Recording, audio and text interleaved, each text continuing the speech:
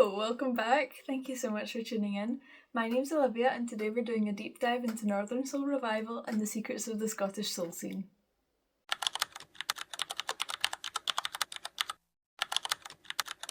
First of all, what even is Northern Soul? Northern Soul is a music and dance movement started in the late 60s, early 70s in mostly working class areas of northern England. It's a total celebration of American soul music, characterised by its up-tempo music and dancing. Even though the scene peaked in the late 60s and early 70s, I believe Northern Soul has had a massive revival in the last few years. An example of this is Brooke Combe, a singer-songwriter and multi-instrumentalist from Scotland who is doing tremendously well at the minute. She's just sold out her own UK tour, is playing the Barrowland Ballroom supporting Jalen Nagonda in November, and has just completed a stadium tour across America supporting Benson Boone. Brooke is doing so incredibly well at the minute and is a true champion of Northern Soul revival. She's living proof that Northern Soul is back and here to stay. Northern Soul Still Burning is a film in the cinemas currently that explores the history of Northern Soul, specifically looking at the Wigan Casino, where a lot of Northern Soul history stems from. The film really explores how Northern Soul put in place the fundamental building blocks for what would then go on to be the 90s raving and clubbing scene. It's really interesting to see how things evolved from what they were in the Wigan Casino to where we are now, post-90s clubbing and raving, and now in the 2020s. It's a true deep dive into the dancing, drugs and community of the time. But why is Northern Soul back? I think it's got a lot to do with community. I think nowadays more than ever people are on the search for connection and community, and I think one of the best places to find that is through music. I think people are looking to the high tempo beats and dance moves of Northern Soul and seeing a massive group of people all in a community together dancing and having fun and making connections and thinking, I want to be a part of that. This was made especially clear to me on my adventures into the Scottish soul scene.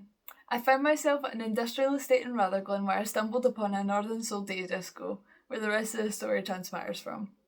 I was surrounded by dancers of all ages and everyone just having the best time ever. The dance floor was full and I got to meet so many incredible people, and I got to talk to some of the people there attending about what they thought of Northern Soul, how they got into it and their history with it.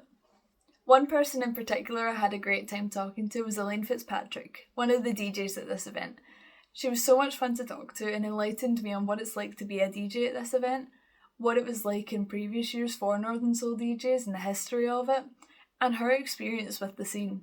She told me that in the early days of Northern Soul, people would scour and scrounge outside of old record shops and radio stations to try and find Northern Soul records. Some of them were so rare, with Indeed I Do by Frank Wilson still selling for up to £25,000 today for original copies of it. Nowadays, the gatekeeping isn't quite so prevalent, and this practice has been pretty much killed off by the invention of technology such as Shazam and Spotify. But it was still a really interesting story to see where all of this came from. In the 80s, Elaine was a mod. She absolutely fell in love with the music and fashion and the scooters. It wasn't until later in her life she rediscovered Northern Soul with her sister by going along to Northern Soul day discos such as this one. And she says that she hasn't turned her back on it since. Both Elaine and her husband are avid fans of the scene.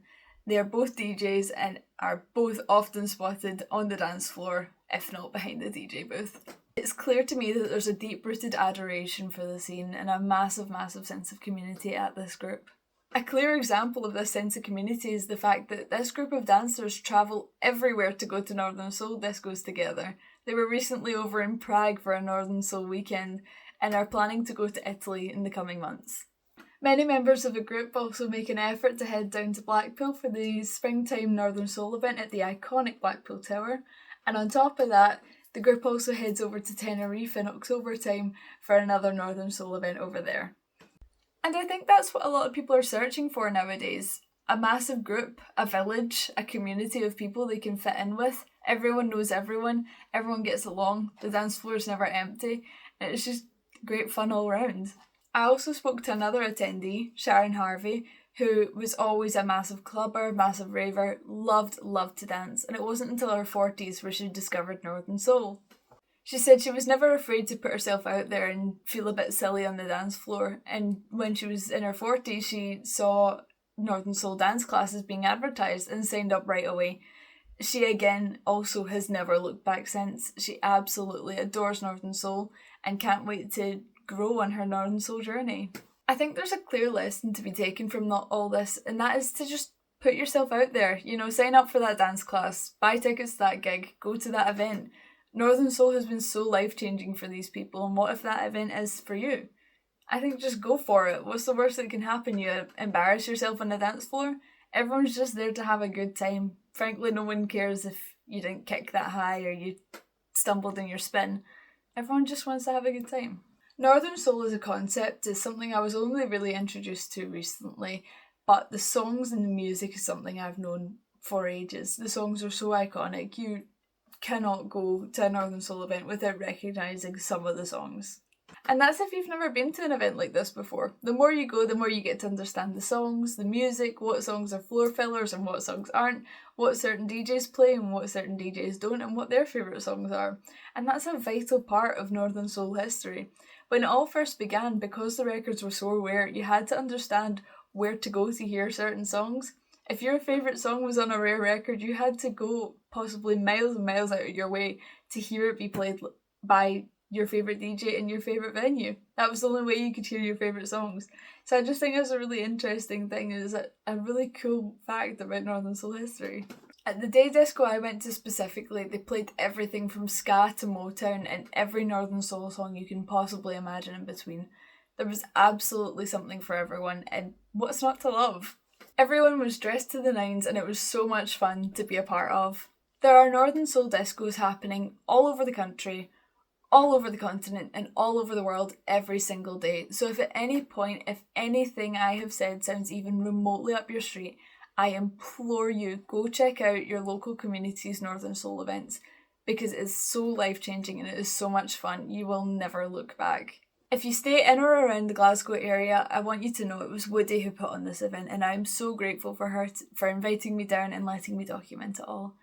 This is where you can find our next event, and this is where you can get some dancing lessons before then if you want to practice first. I think over the next few years we're going to be seeing a lot more Northern Soul. I don't see it going away anytime soon.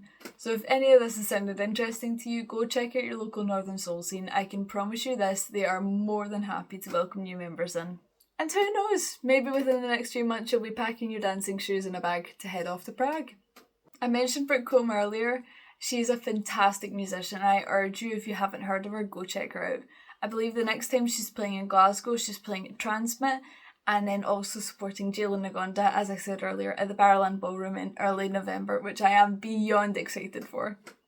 Thank you so much for watching this and making it all the way to the end. It means the absolute world. If you want to hear me talk more about this, I've linked my article on it down below. If you want to find me elsewhere, I'm on Instagram under Live the Best Photos. I'm a live music photographer and a writer for Northern and Scottish Exposure. This was so much fun to talk about and so much fun to explore, and there's still so much more to explore with it. I'm going to end this with some advice from the people I met at the Northern Soul Day Disco in Rutherglen on how you can get involved in your local scene. Thank you so much for watching. I've been Olivia McCallum. Thank you for tuning in.